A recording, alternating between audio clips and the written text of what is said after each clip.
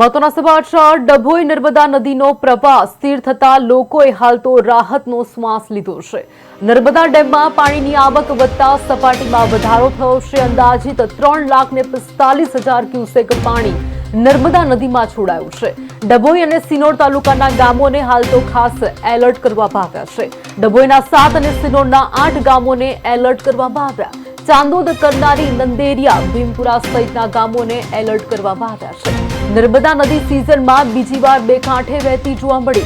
નદીનો પ્રવાહ ભયજનક સપાટીથી ઘણો દૂર છે, ત્યારે નર્મદા નદીનો પ્રવાહ ગત રાત્રિથી હાલ તો સ્થિર જોવા મળી રહ્યો છે।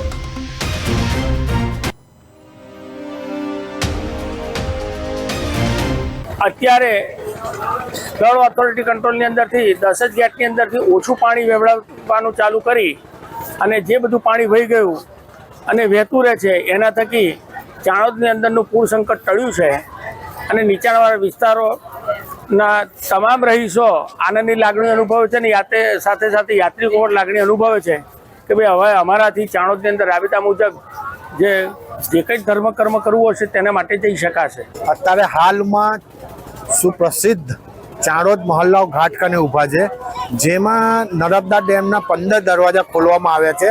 તેમાંથી જે 3 લાખ ક્યુસેક પાણી છોડવામાં આવ્યું હતું। હાલ જે 4 ગામો છે એમાં હાઈ એલર્ટ કરવામાં આવ્યા હતા, જે કરનારી છે, ચાણોદ છે, નંદેરિયા છે, ભીમપુરા છે। અત્યારે જે 108 પગથિયા હતા એમાંથી 72 પગથિયા ગરકાવ કરવામાં આવે છે, જે એમના હાલમાં તમે દ્રશ્યમાં જોઈ રહ્યા છે। નર્મદા નદી છે બે કાંઠે સિઝનમાં બે કાંઠે વહી રહી છે, જેમાં આપણે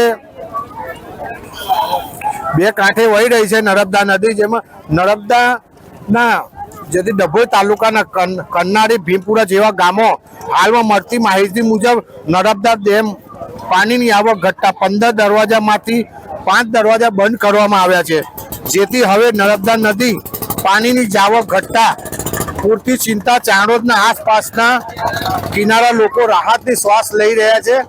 જેમાં આપણે દ્રશ્યમાં જોઈ શકીએ છીએ। વિકાસ ચતુર્વેદી, પાટનગર ન્યૂઝ, ડભોઈ, વડોદરા।